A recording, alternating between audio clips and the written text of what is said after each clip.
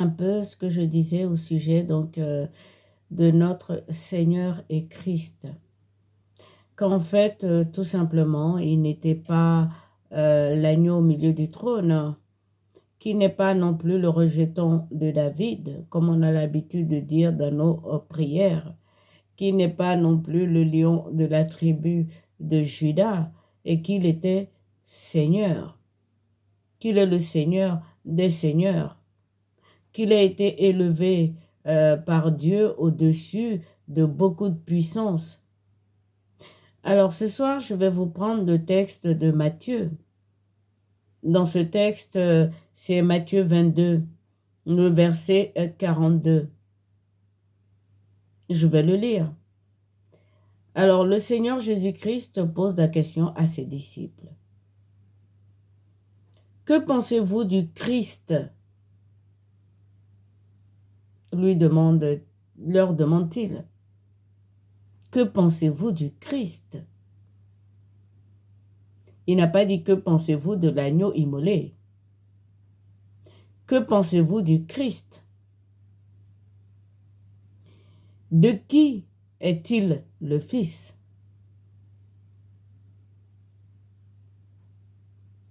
Pourquoi le Seigneur poserait-il une telle question à ses disciples, à ses apôtres qu'il aime, qu'il aime beaucoup, pour lequel il s'est fait homme? Je voudrais dire pourquoi le Seigneur me poserait à moi cette question. Pourquoi il vous la poserait à vous qui regardez cette vidéo, cette question? Que pensez-vous du Christ? Qu'est-ce que moi, je pense du Christ s'il me pose la question aujourd'hui? De qui est-il le Fils? Qu'est-ce que vous répondrez chez vous? Direz-vous qu'il est le fils de David? Direz-vous qu'il est l'agneau de Dieu, l'agneau au milieu du trône? Direz-vous qu'il est le rejeton de David, le lion de la tribu de Juda? Je vais vous dire la réponse de ce que les disciples ont dit. Ils lui répondirent de David. Donc vous aurez votre réponse, vous qui direz, bah, tu es le fils de David, comme le pensent beaucoup de nos contradicteurs. Et le Seigneur leur dit, il leur répond, comment donc David, animé par l'Esprit Saint, l'appelle-t-il Seigneur? Voici la réponse du Christ. Comment David, qui est rempli du Saint-Esprit, l'appelle lui, le Christ, Seigneur? Et il continue. Lorsqu'il dit, le Seigneur a dit à mon Seigneur, assois-toi à ma droite, jusqu'à ce que je fasse de tes ennemis ton marchepied. Voici, frères et sœurs, la réponse du Seigneur.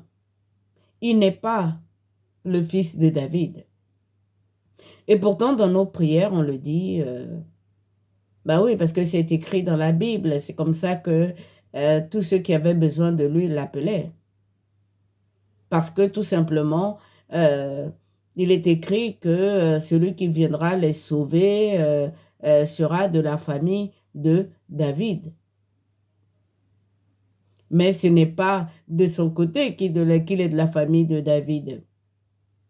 C'est du côté de la Vierge Marie qui est juive. Et je ne peux même pas vous dire si elle est de la tribu de Juda. Mais par contre, je sais que Joseph, l'homme à qui elle était promise, est de la tribu de Juda. et qu'il est né à Bethléem, la maison du pain selon la prophétie. Mais il est Christ. Et le Christ est différent de l'agneau immolé ou l'agneau semblant immolé. Pourquoi d'ailleurs il est dit l'agneau semblant immolé? Ça veut dire qu'il était encore vivant, cet agneau, puisqu'il a récupéré le rouleau de la main donc, de celui qui est assis sur le trône, que moi je considère que c'est le Seigneur, pour ouvrir les sceaux. Donc l'agneau semblant immolé, pour moi, c'est tous les sacrifices d'animaux de bétail faits dans le temple. Il n'est pas totalement consumé parce qu'il y a encore du bétail. Et les sacrifices se sont arrêtés parce que ça ne plaisait pas à Dieu. Souvenez-vous le texte de Hébreu. Le Seigneur, avant de venir, dit, tu ne voulais ni holocauste ni sacrifice, il ne te plaisait plus. Je suis venu, ô Dieu, pour faire ta volonté selon ce qui est écrit dans le rouleau. Pour qu'il sache ce qui est écrit dans le rouleau, il fallait que les sceaux soient ôtés et c'est l'agneau semblant immolé au centre du trône qu'il a fait sauter. Mais je continue. David ne s'arrête pas là. Je vais prendre le psaume 110, magnifique ce psaume. Alors il est dit ceci, je vais vous le lire. Oracle de Yahweh à mon Seigneur. Siège à ma droite, tant que j'ai fait de tes ennemis l'escabeau de tes pieds. Ton sceptre de puissance, Yahweh l'étendra. Depuis Sion, domine jusqu'au cœur de l'ennemi. À toi le principat au jour de ta naissance. Les honneurs sacrés dès le sein, dès l'aurore de la jeunesse. Yahweh l'a juré, il ne s'en dédira point. Tu es prêtre à jamais selon l'ordre de Melchisédek. À ta droite, Seigneur, il abat les rois au jour de sa colère. Il fait justice des nations en tassant des cadavres. Il abat les têtes sur l'immensité de la terre. Au torrent, il s'abreuve en chemin. C'est pourquoi il redresse la tête. Mais je vais m'arrêter sur tu es prêtre à jamais selon l'ordre de Melchisédek. D'autres pensent qu'il est le Melchisédek qui est venu rendre visite à Abraham. Alors, frères et sœurs, Abraham, ce jour-là, a donné sa dîme, mais il a continué à faire, ou du moins il a commencé à faire des sacrifices d'animaux. Je vous ai également parlé de quand Dieu a demandé à Abraham d'offrir son fils Isaac. Isaac a été remplacé par une bête qui était attachée par les cornes. C'est là qu'a commencé le sacrifice d'animaux. Et l'agneau semblant immolé au milieu du trône représente ces sacrifices-là. Mais je continue, je vais prendre le psaume 45. C'est vraiment intéressant, mais je l'avais déjà lu. Lorsque l'agneau a ouvert le premier sceau, souvenez-vous, le cheval qui est parti, le premier cheval blanc. David en parle. Il dit, psaume 45, verset 3, « Tu es beau, le plus beau des enfants des hommes. » C'est David qui le dit. La grâce est répandue sur tes lèvres, aussi tu es béni de Dieu à jamais. Ceins ton épée sur ta cuisse vaillante, dans le faste et l'éclat va chevaucher. Pour la cause de la vérité, de la piété, de la justice. Et je vous ai dit que ce cheval blanc, il avait vu Ézéchiel. Donc vous voyez bien que David parle bien de celui qui est assis sur le trône. On voit bien celui qui est assis sur le trône parce que même les 4 chérubins, ils sont toujours autour du trône de Dieu. C'est un cheval volant, son trône, avec les 4 roues. Je ne vais pas les lire ce soir. Mais c'est Jésus-Christ qui était assis sur le trône. Et vous voyez que David dit, tu es beau, le plus beau des enfants des hommes. Dieu n'est pas homme. Dieu le Père de notre Seigneur Jésus-Christ, qui est plus grand que lui. Mais le Fils, lui, s'est fait chair et il est venu parmi nous. Et donc, il est le plus beau des enfants des hommes. Mais je continue. David dit encore au psaume 16, les versets 9. Aussi mon cœur exulte, mes entrailles jubilent, et ma chair reposera en sûreté, car tu ne peux abandonner mon âme au shéol. Tu ne peux laisser ton fidèle voir la fosse. Il aurait pu dire, tu ne peux pas laisser ton père voir la fosse.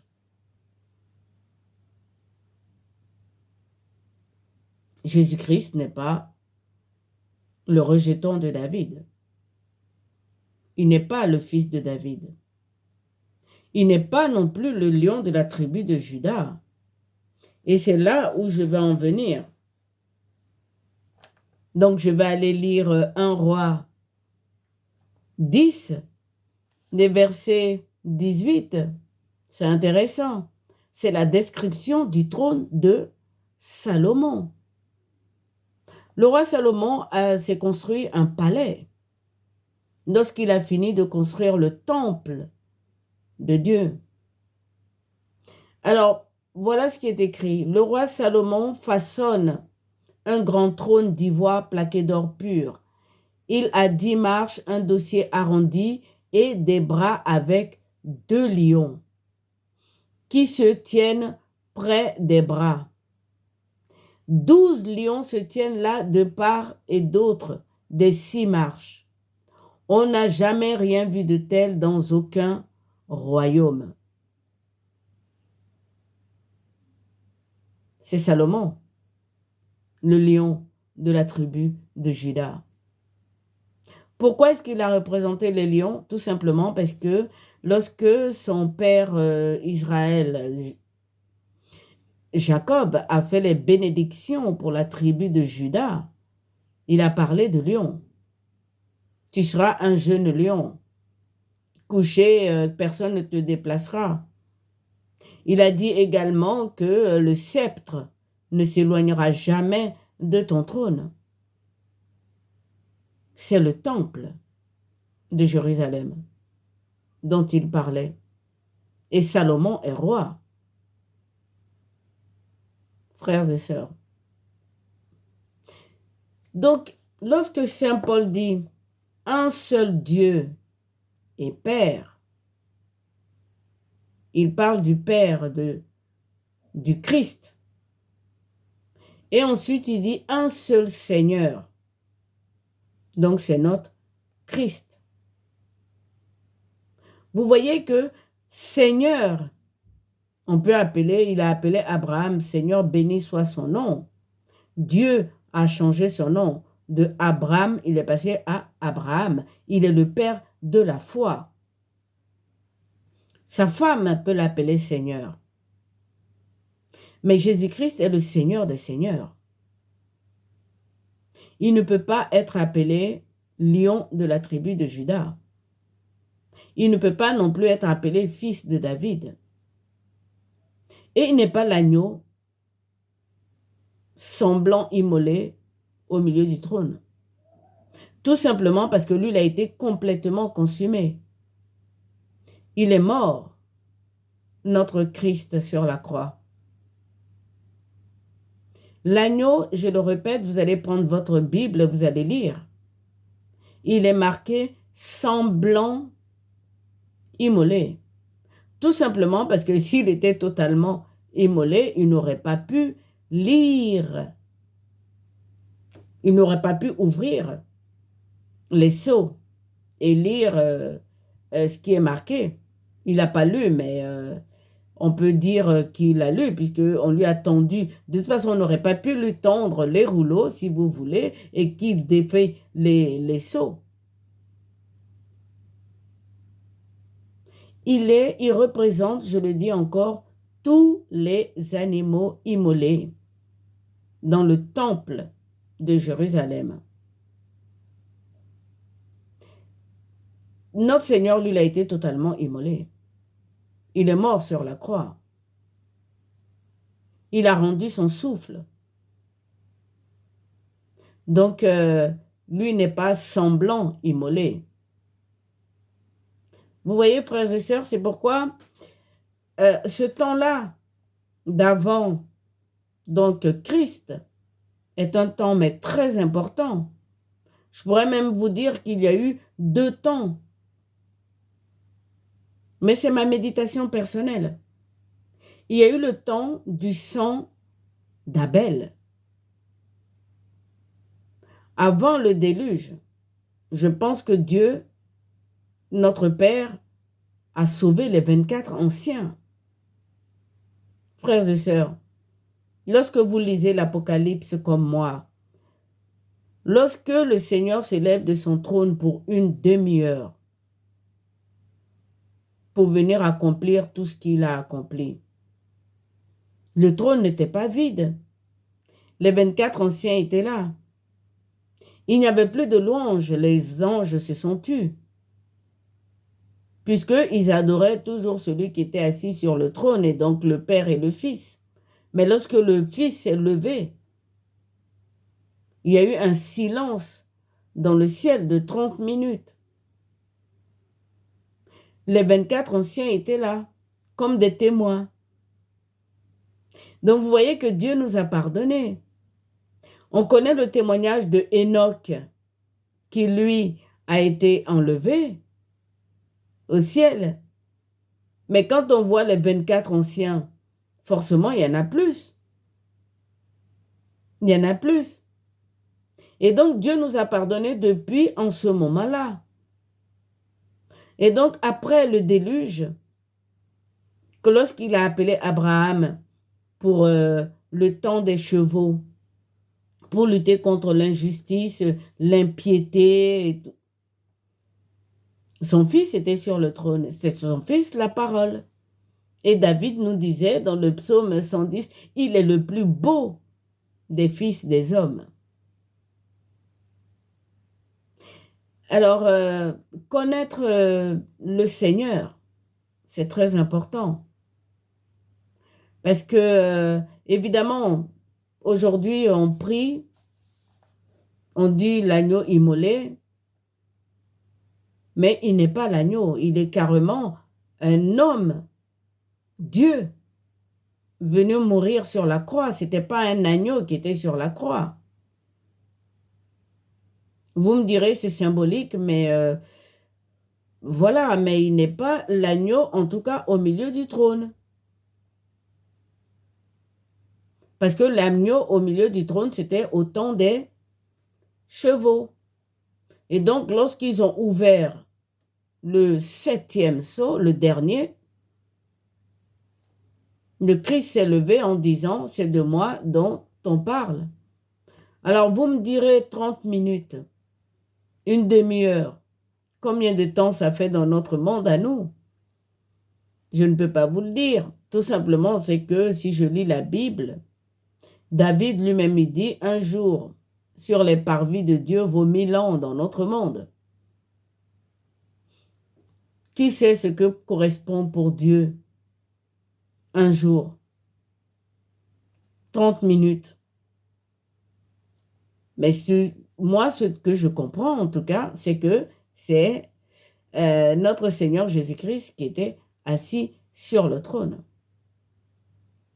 Et donc, le Seigneur, qui est vrai Dieu et vrai homme, moi, je fais sur ma vidéo, je fais des vidéos sur ce thème-là, en tout cas, c'est connais ton Dieu. Et donc, il faut pouvoir, si on veut évangéliser nos contradicteurs, connaître la Bible et leur dire, non, le Seigneur Jésus-Christ, il est Seigneur. Et donc, il s'est fait homme, il est vrai Dieu et vrai homme.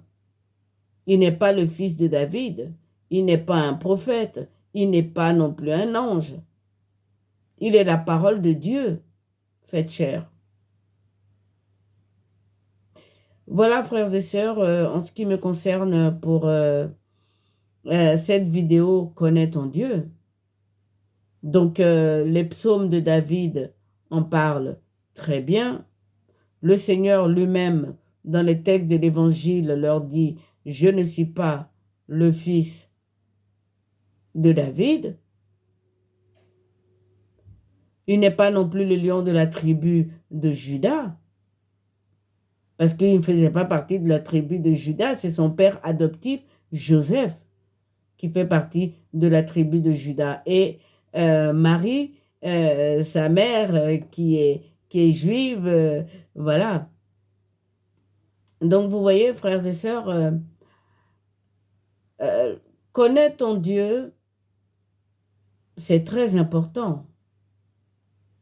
Il est Dieu, notre Seigneur Jésus-Christ. Et ça devrait nous remplir de crainte. Parce que comme je le disais dans les précédentes vidéos, si le sang des agneaux du bétail a pu sauver les hommes, combien plus le sang du Fils de Dieu est à craindre. Toute la création est un enfantement, pas seulement les hommes. Toute la création attend la révélation des fils de Dieu. Donc voilà, frères et sœurs, en ce qui me concerne ce soir pour cette vidéo. Celui qui est sur la croix est le Fils de Dieu. Dieu nous aime. C'est lui qui peut nous aimer.